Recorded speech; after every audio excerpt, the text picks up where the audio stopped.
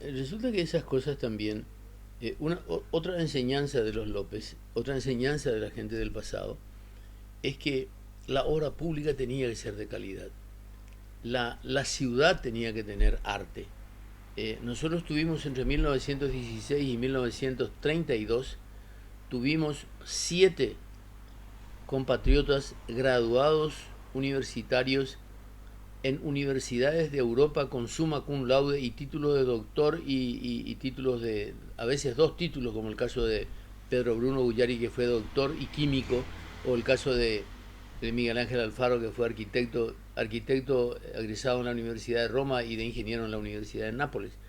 Esos fueron nuestros intendentes de esa época y concibieron la ciudad como un espacio de recreación, de regocijo, de deleite, de felicidad, para lo cual intentaban crear o reproducir formatos históricos o estéticos de otros países o de ciudades que eran consideradas en ese momento como los paradigmas del progreso técnico, científico, cultural del universo.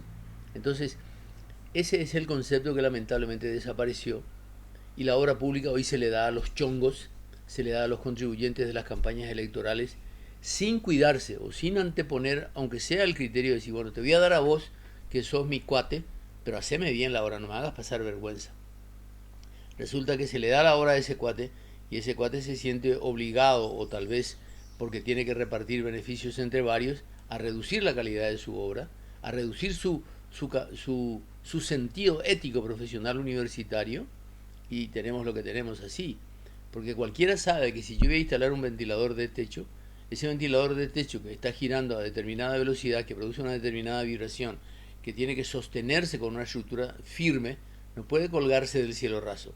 Se cuelga de la estructura de hierro que tiene el edificio o de la estructura más sólida que tenga el edificio. No se cuelga una araña de ese jaez, además de muy mal gusto, entre paréntesis, de un cielo raso o de un, de un elemento estructural de hace 150 años que ni siquiera fue revisado para ver si podía sostener todavía ese peso. Ese peso que además vibra, que además se mueve, que además recibe un ventarrón o sencillamente la vibración de las voces de un recinto que puede motivar un movimiento no pensado por el profesional. Así de distendidos e irresponsables somos al considerar la obra pública, lamentablemente. Así mismo. No es la primera vez que ocurre eh, en nuestro país el tema de las famosas caídas de araña. Y eh, esto incluso se vincula a anécdotas, ¿verdad? Uh -huh. Eh, por ejemplo, estuve leyendo que hablaban de que antes de la asunción de Raúl Cubas y el marzo paraguayo Uh -huh. consecuentemente había caído una de las arañas que estaba en el hall principal del Palacio de López. Es que ¿Usted conoce otras historias también relacionadas? no exactamente, sí conozco la historia del saqueo que fue sometido el palacio.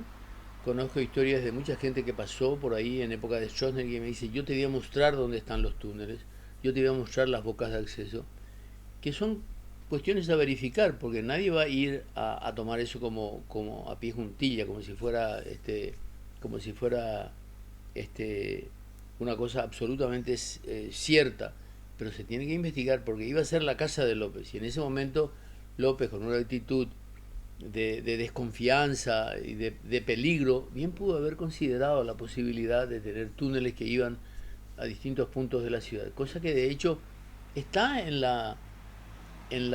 el vocabulario popular, incluso hay mapas que muestran dónde están esos túneles y hacia dónde se dirigían. ¿Por qué no verificarlo simplemente? ¿Por qué no agotar las posibilidades de investigar un edificio que había sido previsto para un mandatario que tenía además previsto vivir mucho tiempo y estar mucho tiempo al frente de los destinos del país?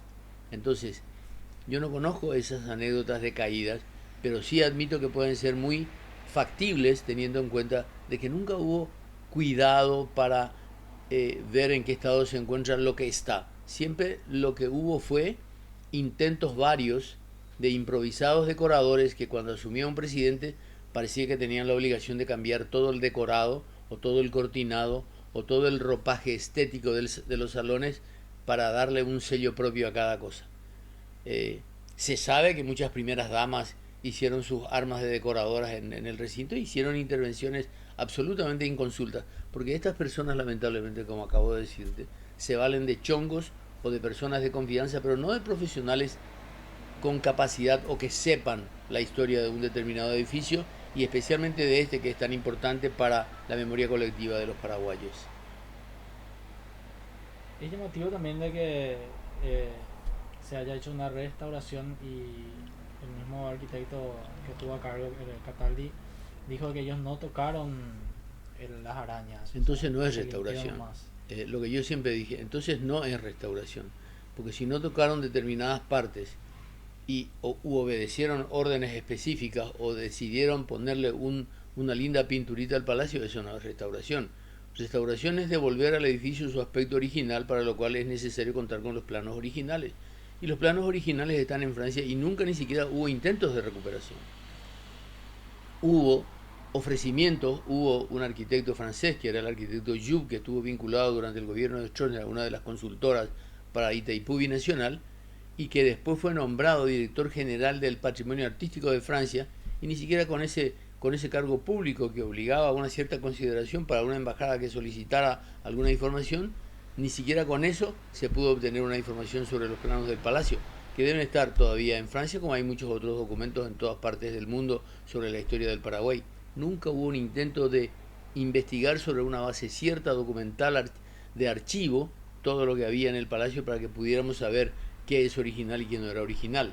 El mismo gesto que tuvo hace poco la presidenta Cristina Fernández de Kirchner, de devolver un patrimonio, yo creo que un mobiliario que ni siquiera fue utilizado por su destinatario, puede ser considerado un patrimonio. Sí fue producto del pillaje argentino de la época, pero el patrimonio uno adquiere el carácter, o un objeto adquiere el carácter de patrimonio cuando una persona importante lo haya utilizado, cuando haya apoyado sus manos, haya escrito un documento importante sobre el mismo. El mismo Palacio de López es importante porque se hizo en un proceso histórico paraguayo que incorporó el saber universal a través de grandes profesionales europeos que reprodujeron formas estilísticas que estaban en boga en ese momento en toda Europa. En ese sentido tiene su valor, y más porque uno de los que hizo el palacio, según Juan Oleari, Alessandro Ravisa, era director general de las obras del Estado, un arquitecto milanés. Entonces, ese hecho obliga a tener consideraciones especiales para un edificio que hace rato reclama que lo dejen en paz. Que lo dejen en paz, como otros edificios que ya no pueden albergar las mismas complejidades burocráticas del Estado Nacional y tienen que mudarse sencillamente a donde fue destinado, en la franja costera, para un nuevo centro cívico, ambiental y administrativo para el país.